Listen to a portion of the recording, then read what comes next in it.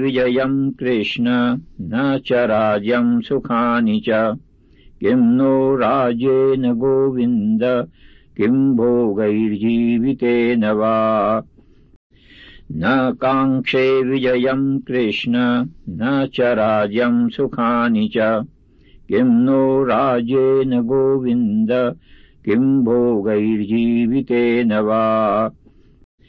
न काङ्क्षे विजयम् कृष्ण न च राज्यम् सुखानि च किं नो राज्येन गोविन्द किं भोगैर्जीवितेन वा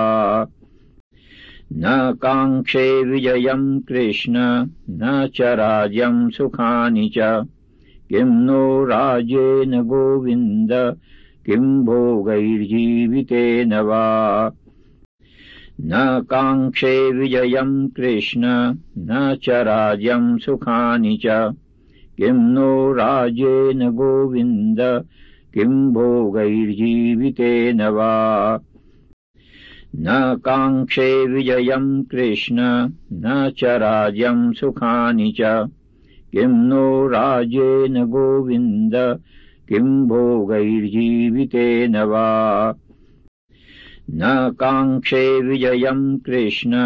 न च राज्यम् सुखानि च किं नो राज्येन गोविन्द किं भोगैर्जीवितेन वा न काङ्क्षे विजयम् कृष्ण न च राज्यम् सुखानि च किं नो राज्येन गोविन्द किं भोगैर्जीवितेन वा न काङ्क्षे विजयम् कृष्ण न च राज्यम् सुखानि च किं नो राज्येन गोविन्द किं भोगैर्जीवितेन वा